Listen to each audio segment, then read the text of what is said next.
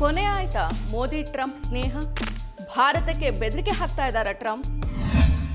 ನಮಸ್ಕಾರ. ಭಾರತ ನಮ್ಮ ಮೇಲಿನ ಆಮದು ಸುಂಕವನ್ನ ಕಡಿತಗೊಳಿಸೋದಕ್ಕೆ ಒಪ್ಕೊಂಡಿದೆ.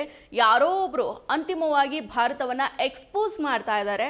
ಅಲ್ಲಿ ಏನೂ ಮಾರಾಟ ಮಾಡೋದಕ್ಕೆ ಸಾಧ್ಯನೇ ಇಲ್ಲ.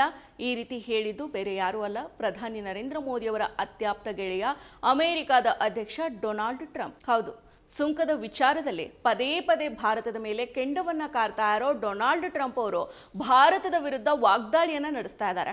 ಭಾರತ ಕೊನೆಗೂ ಎಕ್ಸ್ಪೋಸ್ ಆಗಿದೆ ಅಂತ ಹೇಳಿದ್ದಾರೆ.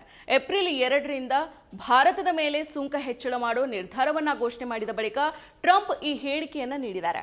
ಅಮೆರಿಕದ ನಡೆಗೆ ಪ್ರತಿಯಾಗಿ ಬೇರೆ ದೇಶಗಳಂತೆ ಪ್ರತಿಕಾರದ ಸುಂಕವನ್ನ ಹೇರೋ ಬದಲು ಸುಂಕ ಕಡಿತಕ್ಕೆ ಭಾರತ ಒಪ್ಕೊಂಡಿರೋದು ಅಮೆರಿಕದ ಎದುರು ಭಾರತ ತಗ್ಗಿದಂತಾಗಿದೆ. ಹೌದು, ಅಮೆರಿಕ ಅಧ್ಯಕ್ಷ ಡೊನಾಲ್ಡ್ ಟ್ರಂಪ್ ಸುಂಕದ ವಿಚಾರದಲ್ಲಿ ಭಾರತದ ವಿರುದ್ಧ ವಾಗ್ದಾಳಿಯನ್ನ ಇನ್ನೂ ಕೂಡ ಮುಂದುವರಿಸಿದ್ದಾರೆ.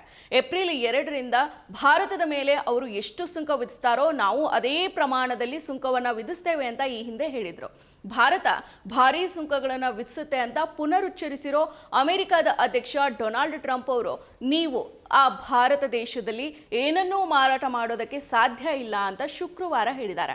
ಭಾರತ ತನ್ನ ಸುಂಕಗಳನ್ನು ಕಡಿತಗೊಳಿಸೋದಕ್ಕೆ ಒಪ್ಕೊಂಡಿದೆ ಅಂತ ಕೂಡ ಹೇಳಿದ್ದಾರೆ. ನಿಮ್ಮ ಈ ದಿನ.com ನಮ್ಮ ಕರ್ನಾಟಕ ಎಂಬ ವಿಶೇಷ ಸಂಚಿಕೆಯನ್ನು ನಿಮಗಾಗಿಯೇ ಹೊರತಂದಿದೆ. ಕರ್ನಾಟಕದ 50 ವರ್ಷಗಳ ಎಲ್ಲ ವಿಷಯಗಳನ್ನು ಒಮ್ಮೆಗೆ ಓದಿ ನಿಮ್ಮ ಮಕ್ಕಳಿಗೂ ಓದಿಸಿ. ಇನ್ನೇಕೆ ತಡ, ಕರೆ ಮಾಡಿ ಅತ್ಯುತ್ತಮ ಪುಸ್ತಕವನ್ನು ನಿಮ್ಮದಾಗಿಸಿಕೊಳ್ಳಿ. ಅಮೆರಿಕದ ಶ್ವೇತ ಭವನದಲ್ಲಿ ಸುದ್ದಿಗಾರರ ಜೊತೆಗೆ ಮಾತನಾಡಿರೋ ಟ್ರಂಪ್ ಅವರು ಭಾರತ ನಮಗೆ ಭಾರೀ ಸುಂಕಗಳನ್ನು ವಿಧಿಸುತ್ತೆ, ನೀವು ಭಾರತದಲ್ಲಿ ಏನನ್ನೂ ಕೂಡ ಮಾರಾಟ ಮಾಡೋದಕ್ಕೆ ಸಾಧ್ಯ ಇಲ್ಲ. ಭಾರತ ತಾವು ವಿಧಿಸೋ ಸುಂಕಗಳನ್ನು ಕಡಿತಗೊಳಿಸೋದಕ್ಕೆ ಬಯಸ್ತಾರೆ, ಯಾಕಂದ್ರೆ ಕೊನೆಗೂ ಯಾರೋ ಅವರ ಧೋರಣೆಗಳನ್ನ ಬಹಿರಂಗಪಡಿಸ್ತಾ ಇದ್ದಾರೆ ಅಂತ ಹೇಳಿದ್ದಾರೆ. ಇದೇ ವರ್ಷದ ಜನವರಿ 20ರಂದು ಅಧ್ಯಕ್ಷರಾಗಿ ಅಧಿಕಾರವನ್ನ ವಹಿಸಿಕೊಂಡಿರೋ ಟ್ರಂಪ್ ಭಾರತ ಮತ್ತು ಇತರ ದೇಶಗಳು ಹೆಚ್ಚಿನ ಸುಂಕ ವಿಧಿಸ್ತಾ ಇರೋ ಕಾರಣಕ್ಕಾಗಿ ಭಾರತವನ್ನ ನಿರಂತರವಾಗಿ ಟೀಕೆ ಮಾಡ್ತಾ ಇದ್ದಾರೆ. ಇತ್ತೀಚೆಗೆ ಅವರು ಭಾರತ ವಿಧಿಸೋ ಹೆಚ್ಚಿನ ಸುಂಕಗಳು ಬಹಳ ಅನ್ಯಾಯ, ಭಾರತ ವಾಹನಗಳ ಮೇಲೆ ನಮಗೆ 100%ಕ್ಕಿಂತ ಹೆಚ್ಚು ಸುಂಕಗಳನ್ನು ವಿಧಿಸುತ್ತೆ ಅಂತ ಹೇಳಿದ್ರು. ಇತರ ದೇಶಗಳು ದಶಕಗಳಿಂದ ನಮ್ಮ ವಿರುದ್ಧ ಸುಂಕಗಳನ್ನು ಹೇರ್ತಾ ಇದ್ದಾವೆ, ಆಗ ಆ ದೇಶಗಳ ವಿರುದ್ಧ ಸುಂಕಗಳನ್ನು ವಿಧಿಸೋ ಸರದಿ ಇದೀಗ ನಮ್ಮದು ಅಂತ ಅಧ್ಯಕ್ಷರಾಗಿ ಮೊದಲ ಭಾಷಣದಲ್ಲಿ ಅವರು ಹೇಳಿದ್ರು. ಇನ್ನು ಅಮೆರಿಕದ ಸೆನೆಟ್ನಲ್ಲಿ ತಮ್ಮ ಪ್ರತಿನಿಧಿಗಳನ್ನು ಉದ್ದೇಶಿಸಿ ಮಾತನಾಡಿದಾಗ ಟ್ರಂಪ್ ಅವರು ಯುರೋಪಿಯನ್ ಒಕ್ಕೂಟ, ಚೀನಾ, ಬ್ರೆಜಿಲ್, ಭಾರತ, ಮೆಕ್ಸಿಕೋ ಹಾಗೂ ಕೆನಡಾ, ನೀವು ಈ ರಾಷ್ಟ್ರಗಳ ಬಗ್ಗೆ ಕೇಳಿದ್ದೀರಾ?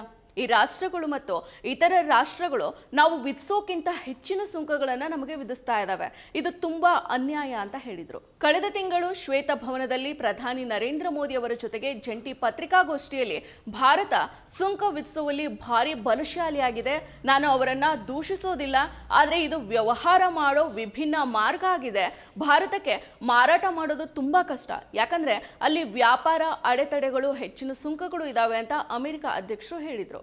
ಇನ್ನು ವರದಿಗಳ ಪ್ರಕಾರ ಭಾರತದ ಜೊತೆಗೆ ಅಮೆರಿಕದ ಒಟ್ಟು ಸರಕುಗಳ ವ್ಯಾಪಾರ 2024ರಲ್ಲಿ ಅಂದಾಜು $129.2 ಬಿಲಿಯನ್ ಆಗಿತ್ತು.